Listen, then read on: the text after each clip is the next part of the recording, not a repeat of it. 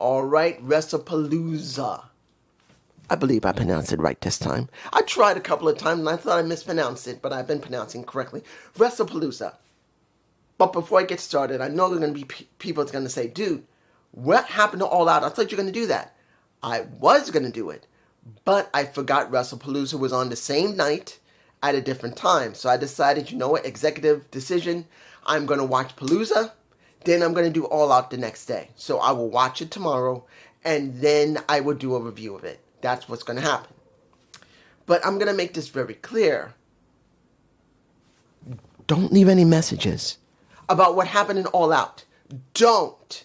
If you see this video, do not leave any messages, because if I see even one message that says AEW, I'm not going to read it. I'm going to delete it because I'll get truly pissed off. And understand, the automated system, if anyone's messages have been deleted, the automated system, it deletes them. I've only deleted 3 messages in the last 13 years I've been on this channel. 3 messages. I mean, comments, not messages, comments. I've only deleted 3 in the last 13 years. I always leave them up normally. I don't like to delete anything. Whatever you say is whatever you say.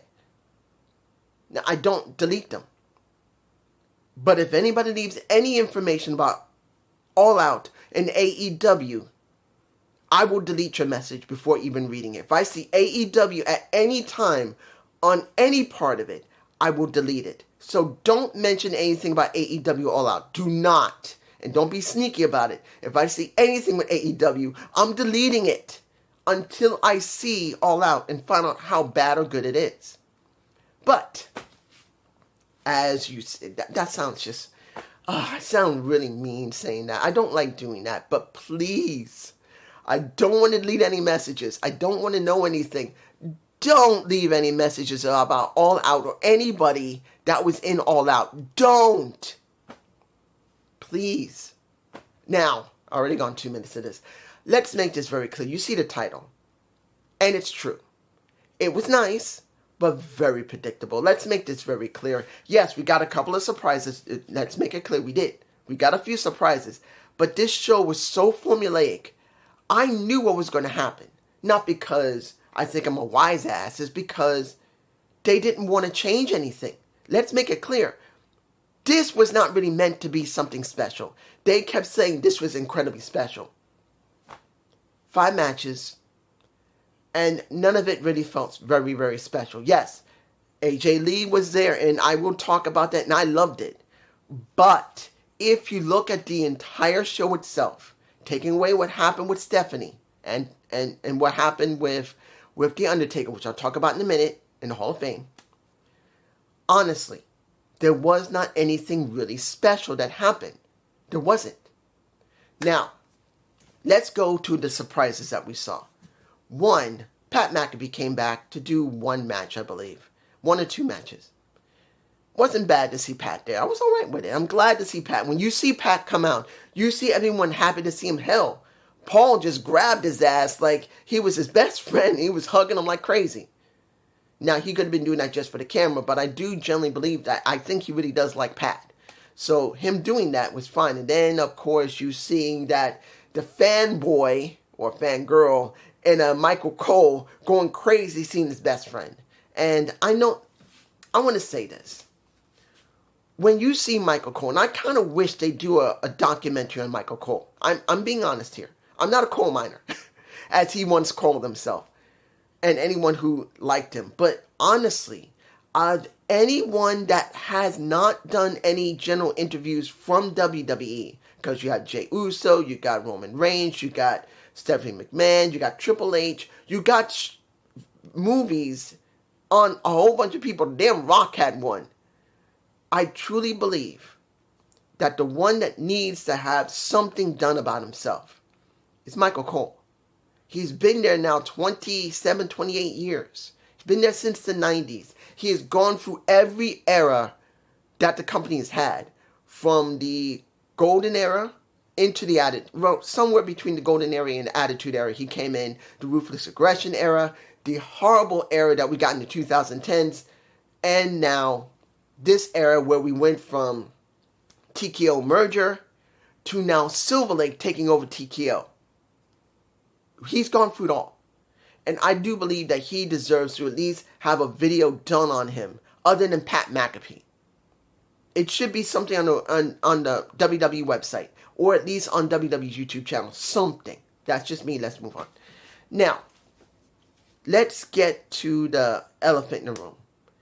When you see The Undertaker come out, The Undertaker comes out as the American Badass, comes out, rides out, and he sees someone in the crowd. He sees Steph in the crowd wearing something low, showing those fun bags of hers. He literally talks with her. He says, Steph, you know, the last time I saw you was, I can't remember when he said, about a week or so ago. I was doing something. You just appeared out of nowhere. And now here you are again. He says, yeah. But he says, you know what? Are you guys ready? Because he said, he sat right next to Steph. And pretty much they kind of, well, if you've seen Stephanie's show, I did see it. Before she did the podcast, I did see it with The Undertaker. They have history together. He said, we've known each other a long, long, long, long, long time. We don't want to show how old we are, but we both old. But he made it very clear. He wanted to do something her husband normally does. Are you ready? And it says it to everybody to try and hype them up. But it wasn't about that. It was about, are you ready to go into the 2026 Hall of Fame? And she was shocked. She didn't know. Like Paul Levesque, he didn't know he was going in. Because it was Shawn Michaels and the Taker himself that basically broke it to him because he didn't know. But now Steph is going into the Hall of Fame. How do I feel about that? Perfectly fine. If anybody else, let's make this clear. Just in case there are some people who do not want Stephanie to go in because of what's going on with her dad. Which, to be honest, doesn't make any sense. But just in case you are that type of person, let me give it to you in this respect. Let me give you a counter argument why it's not a problem with Stephanie going into the Hall of Fame. First one, it's not Vince. That might be his daughter, but she has not done what Vince has done. Let's make it clear. All the accusations, all the stuff that we know he did do, she's not Vince. So there's no reason to worry about it. Also, she's been in maybe some of the most important segments and matches this company's ever produced. During the Attitude Era, the Ruthless Aggression Era, the, new era, when they went on to the WWE Network, and then when they got sold and no longer exist as WWE, and they're just a satellite company for, at the time, Endeavor, which has now been bought out by Silver Lake. She has been there almost all the way up to that point until she left, because she became an executive. So you cannot say that she has not contributed to the company. So she's earned it. Okay? I'm sure you're going to say, dude, her husband's in it. Her father ran it. It's kind of unfair. Look, she worked in the company. She's done matches in the company. She's hurt herself for the company. She's literally bled for the company. Let her be in it. No problem. That's what I had to say. Now,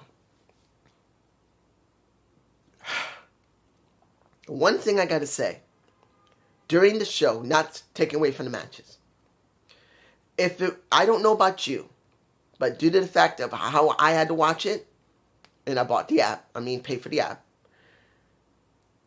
commercials were such a hit. So annoying.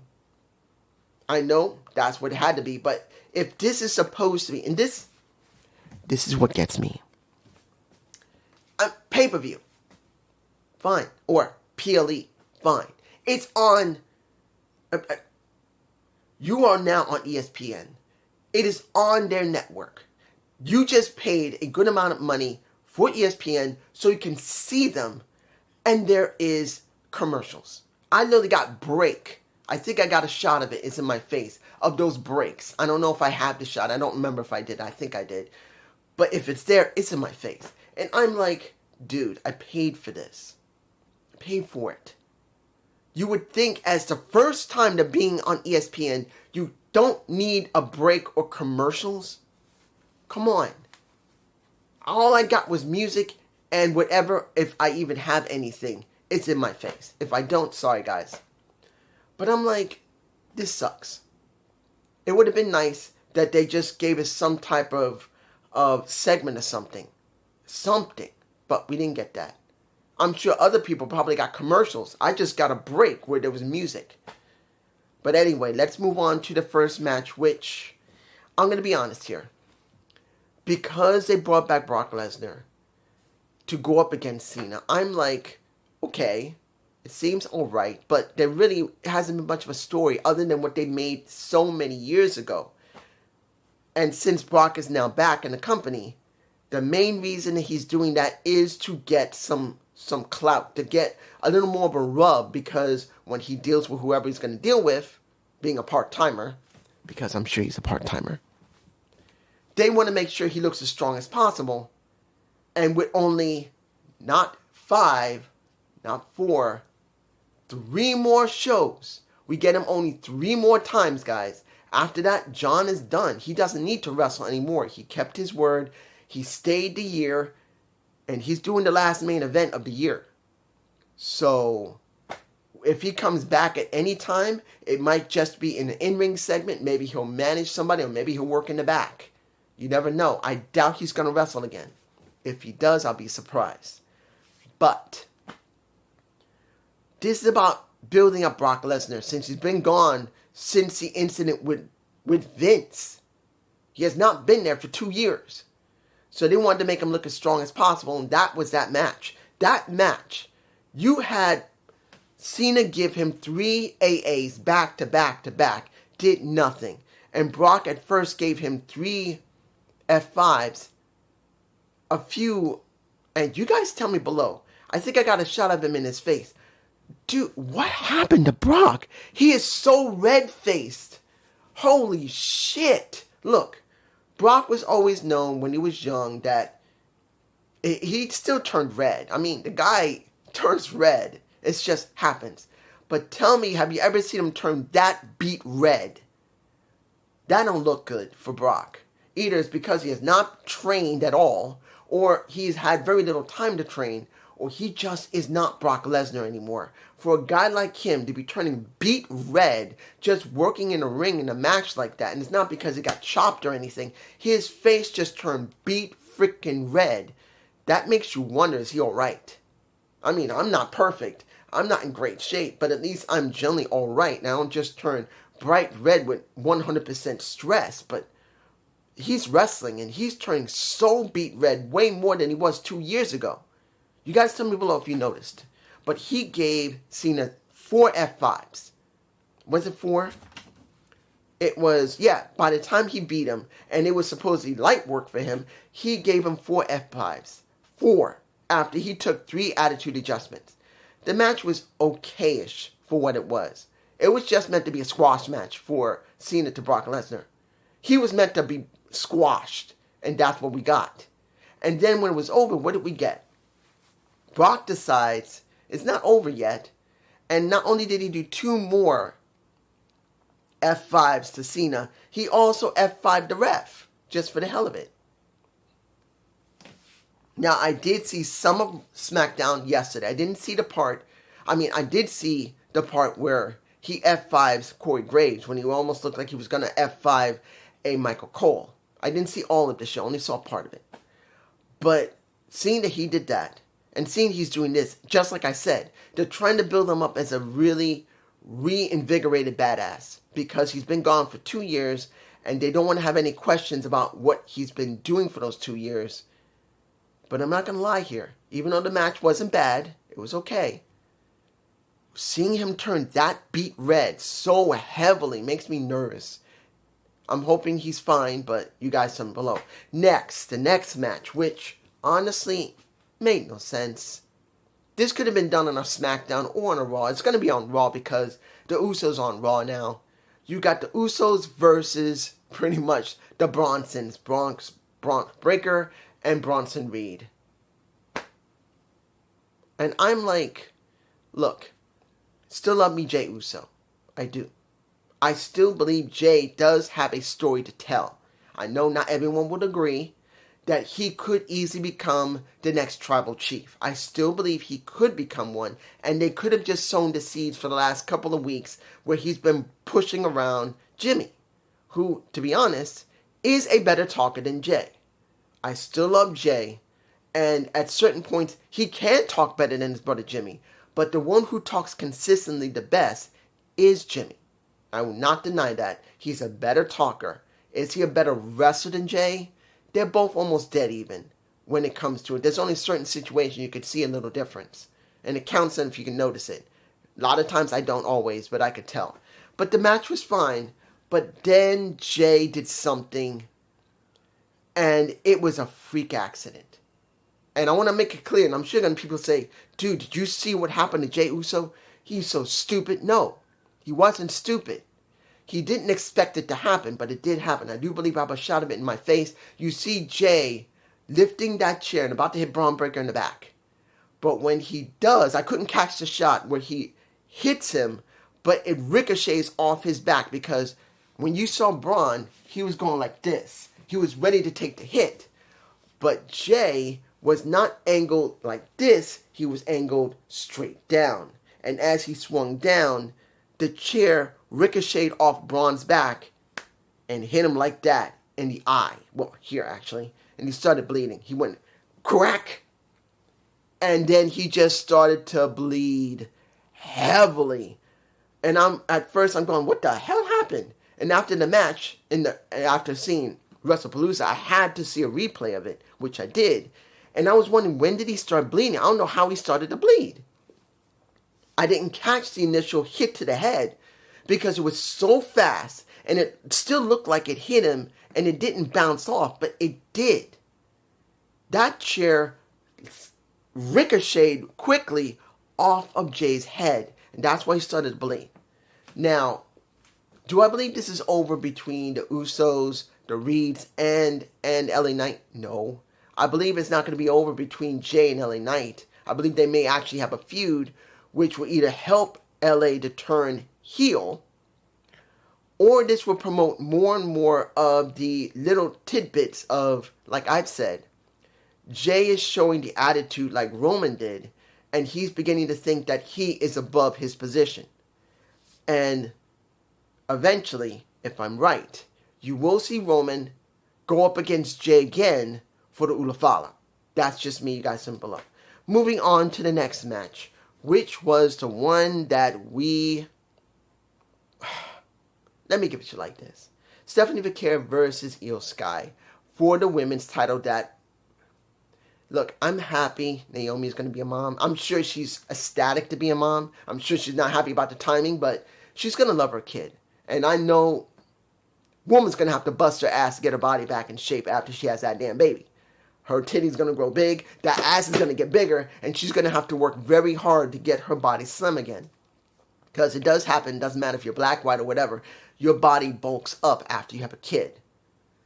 Understand, I was married, and my ex, my wife, she was like this. She was beautiful, voluptuous. But after she had the baby, she was, and that. And she had to work hard to get her body back to the shape that she wanted. And more power to her. I don't know where she is.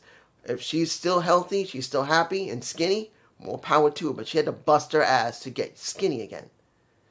But that's what's going to happen with Naomi. But until she comes back, they had to have this match. But it was so obvious. Understand, it was obvious that it was going to be Stephanie they're going to just drop the title to, even though Io was in a storyline. Look, this is what kills me. We've been wanting women to have better storylines in all these companies. Doesn't matter if it's TNA, WWE, Silver Lake, and AEW. We've been wanting them to book them better. And whenever we do get a story, a lot of times they don't follow up on it or add to it. And when it came to Naomi having to relinquish the title, have to vacate it, you would think Io should get this moment. Io should be the one to win the title because since she's having issues with Asuka, you can have an automatic feud right there because Asuka's not going to stand for it. Let's make it very clear. Very, very clear. Asuka's not been happy about this situation ever since she came back, that she's not important. And you could see that trying to build her up to become the issue with Io. And it would have been better, and I'm being honest here, that Io won the damn title because then you can go and follow it with a storyline with Asuka. And you could use Kairi to be an in-between where she's going to have to decide between, am I going to be on Io's side or I'm going to be on Asuka's side? But no. They chose to give it to Stephanie Vakir. And I want to make this clear. 100%. She is not a bad wrestler. The woman wrestled her ass off with Io. They both are good wrestlers. That spinal tap that she did that ended the match was gorgeous. I believe I got a shot of it and it's in my face, at least while she's in midair. But let's be honest here. And I said this already. When she was in NXT, what did she do? Along with Julia. Zero. Nothing. All that mattered was her reputation that she had outside of WWE. And I've said this so many times before. Who gives a blue fuck about what you did outside the ring? Or outside the ring of WWE? Or any promotion for that matter, either TNA or AEW. It doesn't make a difference. It depends on what the company is going to do with you when you're in there and you got to be booked by them. If they use primarily, and AEW's done this, your reputation outside of the company, it's fine to a certain extent, but they must book you to make you mean something in this company. And look what has happened. Io looked great, not because she's a better wrestler than Stephanie, it's because she has story with Asuka and Kairi. I care more about Io than I care about Stephanie, and that's not because I hate the woman. It's because they've not booked her. When she was in NXT, only thing that mattered was her to do matches and her to win. The same with Julia. Look at Julia now. Julia is currently U.S. champ, and she's working with what is her name? Kiana James right now. I almost forgot Kiana James. I don't really watch much. I mean, I watch Raw, but I don't remember them much because I'm not reviewing it. I'm just watching to see if I know anything that's important. But Kiana James is her manager right now. And actually, because she's working with Kiana James, who could talk more better than she can, and not saying that Julia can't talk. She can. But Kiana can make it sound more understandable. Like, not that Julia can't talk at all. She can. I've heard her talk. But if you want Julia to be able to be on it really quick, she just can't do that. Not because she can't speak English well. It's just that it's not her personality. But Kiana can. So that's great with her. But Stephanie, she's nothing. She's like any luchador wrestler right now. They're just there. And that's what the problem is. They gave her the championship. And what is she? Nothing. Yes, you're going to say, well, look at her dad. Her dad is there. She gave him a hug after she won. Yes, that's a beautiful moment. But what does that mean going forward on storylines? Does she have a storyline? Will she even have a proper storyline, or is she just going to do matches? That's the problem. Do you see her just doing straight matches? She has no story. Even before she won this title, she had no story. Only thing she had was dominance. At least you could say with Asuka, when she was in the old NXT, her story was that when she came in, she was one of the most dominant Japanese women there was. And she was allowed to go on a near 2-year winning spree that no one has beaten yet. Not man, not woman yet. She's had the longest run that anyone has seen in WWE at that point. No one has lasted that long than her. That was her story, to be the most dominant. And she is dropped off the map, and that goes with her story. Because look at what's going on with her Kyrie and Io because she's frustrated that she can't get back to the way she was. But when we look at Stephanie, who's been there less than a year, along with Julia, they've had no character development, zero character development. And that is what killed me. That character development was nothing. And now she's champ. And the majority of her matches will probably be just matches with very little story if we ever get one. I'm hoping they will give her one that will mean something. But if I'm right, they're going to probably stick her with a Spanish wrestler. A Spanish female wrestler. That's what I think is going to happen. She'll be stuck with a Spanish female wrestler like Zelina Vega or anyone else that is Spanish that is on the main roster. And I think that's just trash. They did with that Andrade. They did that with Dragon Lee. They did that with all the others. I just see that happening. Unless it's going to be a Japanese wrestler.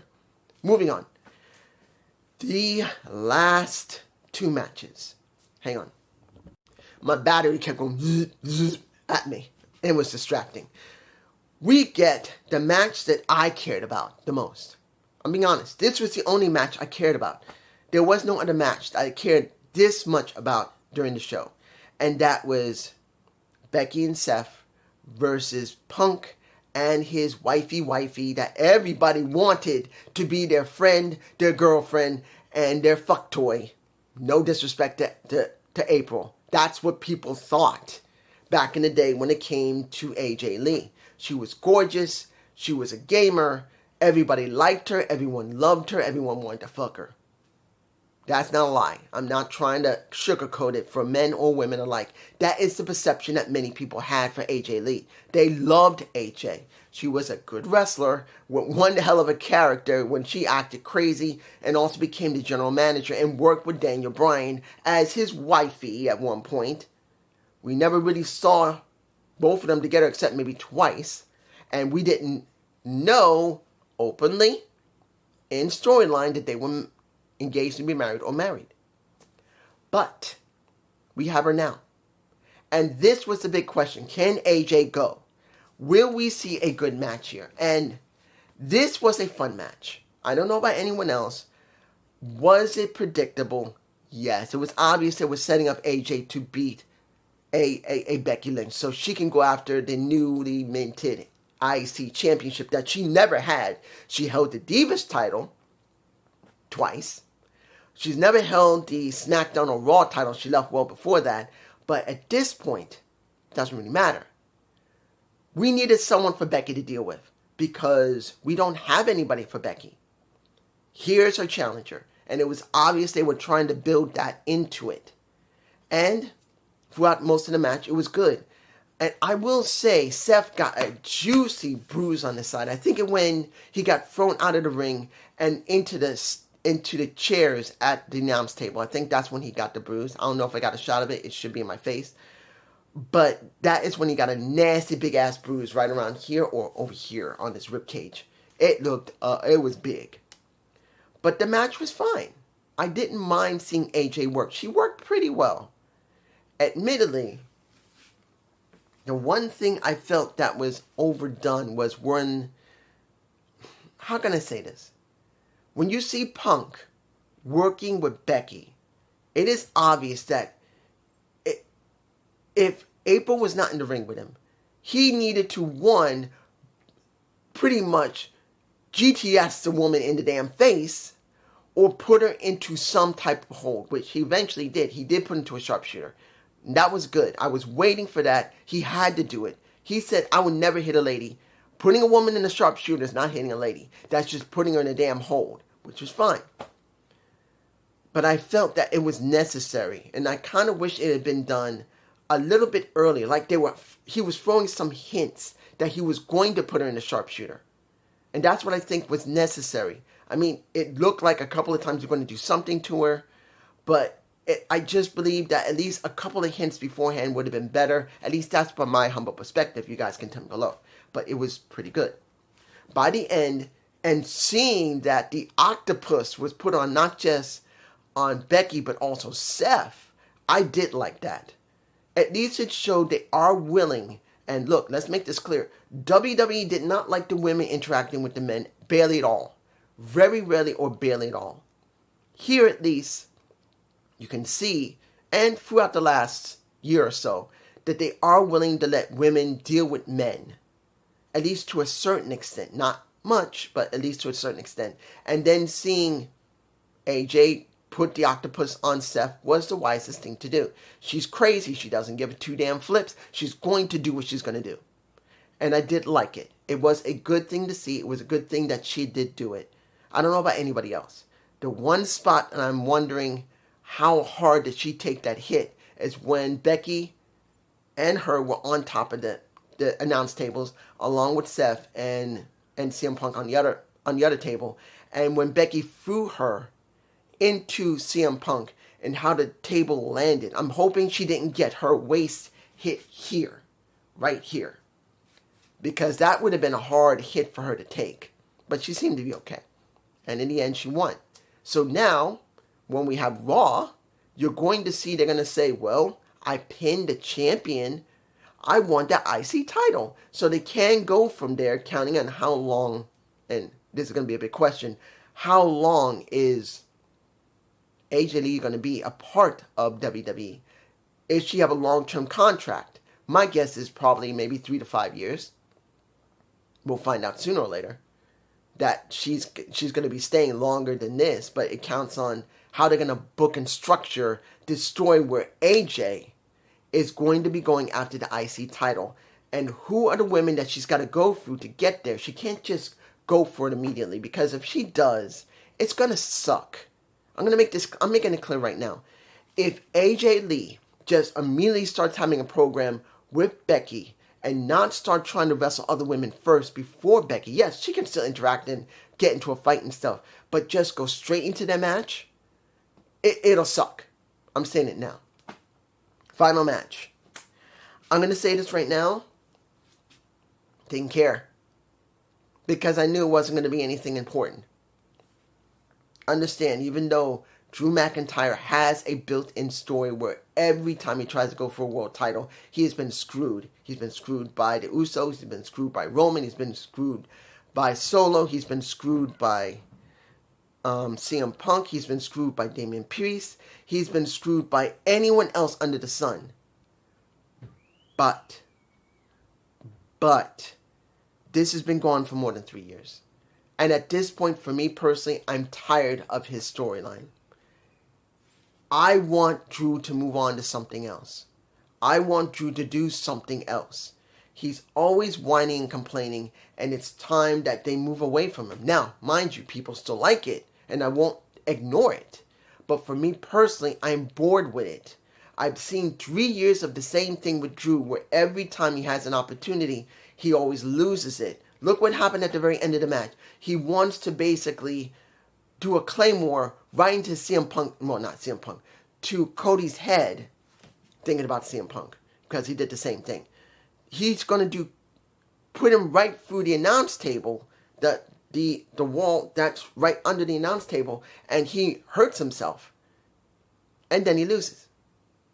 And to me, this got to be it. They cannot continue making it like this an excuse, and it's not fair, and then he goes into another program with somebody else. Because I'm sick of it. I'm sick of it. I'm sorry. For me personally, I am sick of seeing Drew being bitched out. It is time for him to either turn around or do something entirely different that we're not expecting. But to be honest, I don't think WWE is going to go there. I don't think they will. They'll just keep him as he is because he's making money for whoever he's working with, and that's all they care about at this point. And let's make it very clear. That's all they care about. This. Because let's be honest here. Wrestlepalooza, the very first Wrestlepalooza for the WWE on ESPN. Was this an incredible show? Hell no, it was not. It was a predictable show with a few surprises, yes. We now know Stephanie is going to be in the Hall of Fame next year. We did see Pat McAfee. I don't care about any of the celebrities out there. Who gives a blue fuck about them? I do not care who was there. I care about what it meant in the ring and the stories that we got. The matches were fine, other than when Jay whacked himself in the head with the chair trying to nail Braun Breaker. And I'm just being honest. This was not an exciting show. And even with the opening, where you get the vid pack of Triple H talking, which was a good vid pack, talking about what WWE's gone through, what ESPN, when it first started, gone through. It was cool. But what did it give us different? We see the same stuff we always see with WWE. Something groundbreaking, something surprising, something incredible. But when you get the actual product, even with this presentation, it's not better than it's supposed to be. It just isn't. It's okay. Sometimes it's really good or good, but it's not incredible. And they're booking it like that on purpose. Let's be clear. They're booking it like that because of this. All that matters is maximizing money. It's not about creating moments. I'm saying it again. There is a difference, and I'm saying it again, by producing wrestling and using wrestling to make money. If you're producing wrestling to make money, means that you want to put on the best show you can with the most exciting stuff that you yourself will want to watch. And then there are people who will make wrestling because they want to make money. That's it.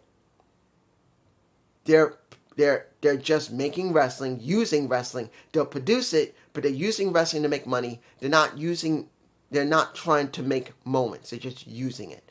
If that makes any sense. Peace.